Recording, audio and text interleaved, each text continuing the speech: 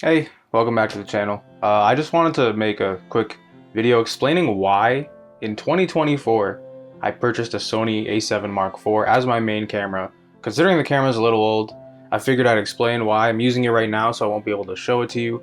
But hopefully you guys kind of understand where I'm coming from.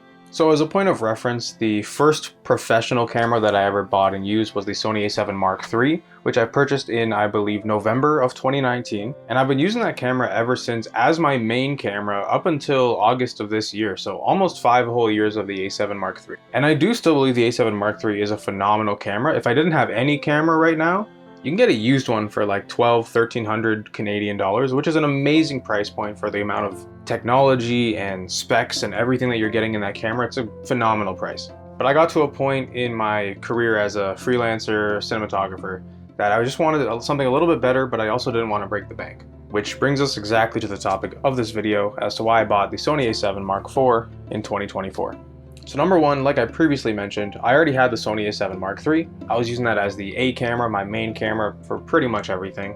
And so I wanted a camera that if I were to pair it with the a7 Mark III, I could still use it pretty well and they would be able to edit together nicely, not too much of a difference in the color science, and I can basically get away with interchanging footage between the two without the average person noticing. And of course also considering that I was extremely familiar with the Sony a7 III as a camera, transitioning to an a7 IV would not give me any form of friction using the menu, anything like that. It's very similar.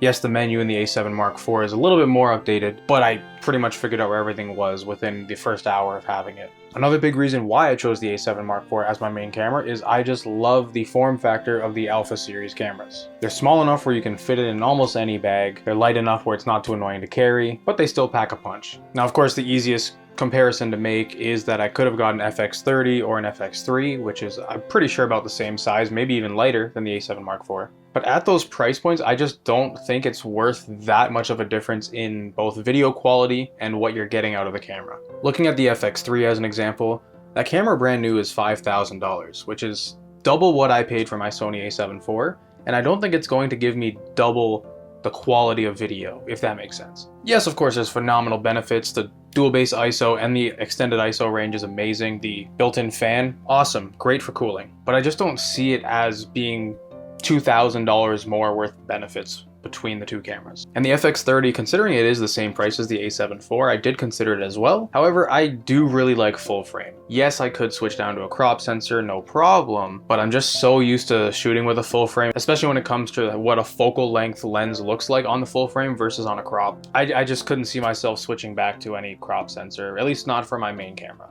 So for me, keeping the same form factor, but still having an immense video quality, and photo too, I'll touch on that a little bit, just meant the most to me. Another main reason is it uses the exact same ecosystem of accessories. So batteries are all the same. I didn't have to buy any new batteries for it. Anything else that plugs into it, the only difference is that the a7 IV has a full-size HDMI versus a mini, which I'm more than happy with. It makes it a lot easier to connect with monitors, and that way I don't have to worry about having a faulty adapter. So saving money on it, having to buy new accessories for it is great. I did have to get a new cage, of course, just because the body style is a little bit different. The a7 Mark IV shares the same body as the Sony a7S III, which I did consider, but again, that camera is about $4,000 used. I was able to pick this up for about 2,500 Canadian, which is a really great price for what you're getting, which I can dive into right now. You're getting 4K 60, awesome. You're getting 10-bit color, amazing. You can do slow and quick up to 1080 120, I believe. Battery life is pretty good, and it's in a body style that I'm so used to, where all the custom buttons are, all the programmable features. It just feels comfortable to me. And I think that's one thing that not a lot of people think about when buying their main camera, is how comfortable you will be with it. Yes, it's very easy to just spend the most money that you can, buy a camera that has all these features, but if you don't really know how to use it, you're gonna miss out on those features. Not to say that this is lacking features, because it's not. It does everything that I need it to do. I very rarely need slow-mo, but the times that I did, when I had the a7 III, it was annoying because I had to bump down to full HD. Now I don't. I can shoot 4K 60. Sure, it crops in a little bit, but I can factor that in the lens choice, or the composition, or the framing. There's a lot of ways you can get around a crop if you need to. Having access to all the amazing Sony E-mount lenses is amazing. I was considering maybe like a Black Magic or like a use red camera, But honestly, like I'm in love with the Sony line of product. If we're talking like true end game, my dream camera is an FX9. I'll happily take an FX6 as well, but an FX9, beautiful camera. But I'll get there when I get there, you know what I mean? I can always rent if I need to use it. And as I mentioned a couple times before, another pretty big reason why I got this camera in 2024, it's the price. Sure, this camera is, I think, 3 years old at this point, but even brand new out of the box, $3,000 is a great price. Now, I'm not against buying a used camera at all, which is exactly what I did with this one. I went on Facebook Marketplace, I was looking for weeks because I knew it was either this camera or maybe an FX30 or an FX3 if the price was right. I managed to find this one for about $2,500. I went to go meet the guy, tested it, everything was working. The shutter count was even under 2,000, which is insane for that price. So I was more than happy to drive 40 minutes or so and go check it out, pick it up. And the nice thing is I still have my Sony a7 III and that's now my B cam. So if I'm doing an interview shoot or if I'm doing a multicam setup, I have two cameras that are pretty similar. Sure, I don't have the 10-bit on the a7 III, however, if I wanted to, I can put both of them in a more flat profile if that's what the client is looking for, and they look identical. Also, like very minor thing that I've noticed already with using this camera that makes a big difference for me, it's the fully adjustable screen.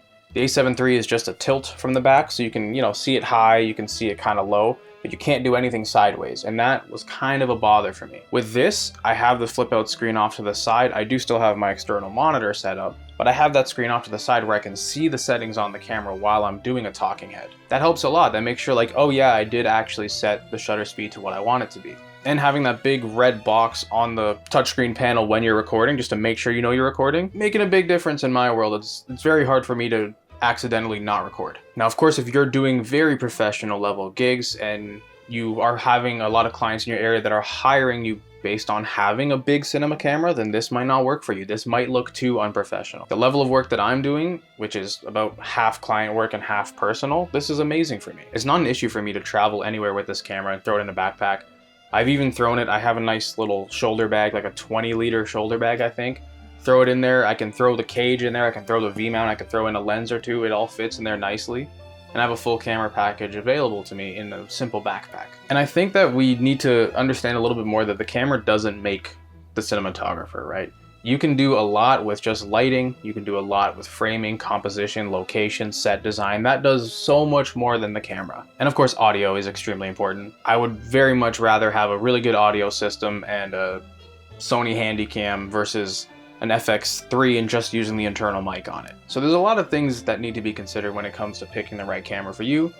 I happen to know that I love the Sony Alpha series, and like this camera here, I'm not a photographer by trade by any means, but I love taking photos. This camera is a 33 megapixel photo camera. That's phenomenal. If I went for the FX3 or if I went for the A7S III, I'm pretty sure those are about 24 megapixels. Like, fact check me if you need to. But this extra range of megapixels that I get means that if I take a really nice picture that I like, I can print it out and it's gonna look stunning. And that is kind of important to me. I do like to travel, though I don't get to do it very often, and when I do, I take a lot of pictures. Unfortunately, I did buy this right after my recent trip to Japan, so I didn't get to take 33 megapixel pictures in Japan, but I'm very happy with what I got with my Sony a7 III. And as someone that really likes the look of soft lenses, of course right now I'm literally just using a Nifty 50 1.8 just because it works in my bedroom setup, but I do like using vintage lenses, manual focus, manual aperture, all that. They're very easily adaptable to the E-mount series of cameras.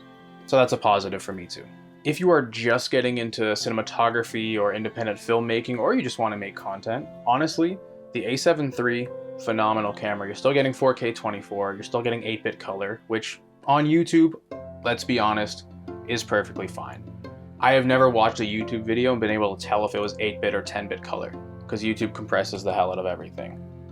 No shots fired, just the truth. Please don't shoot me. But if that's all you want to do, if you just want to do content, but you still want a really nice camera that can put out stunning imagery, an a7 III is a great choice for you. I a little bit outgrew it, and I just figured it would be nice to have two cameras in the same realm, with the first one being a little bit better than what I've had before. And when I have it fully rigged out, it does look really nice. The only thing I don't have is a matte box on the front.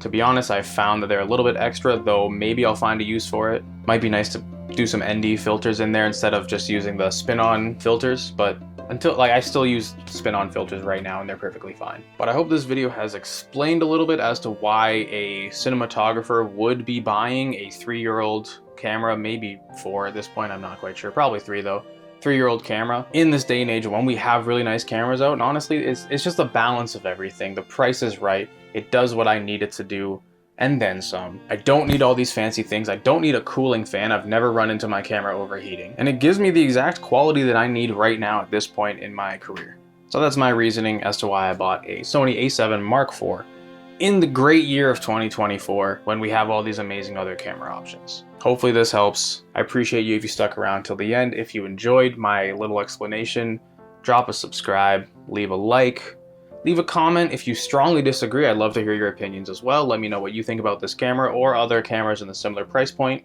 But other than that, again, thank you for watching, and I wish you well. See ya.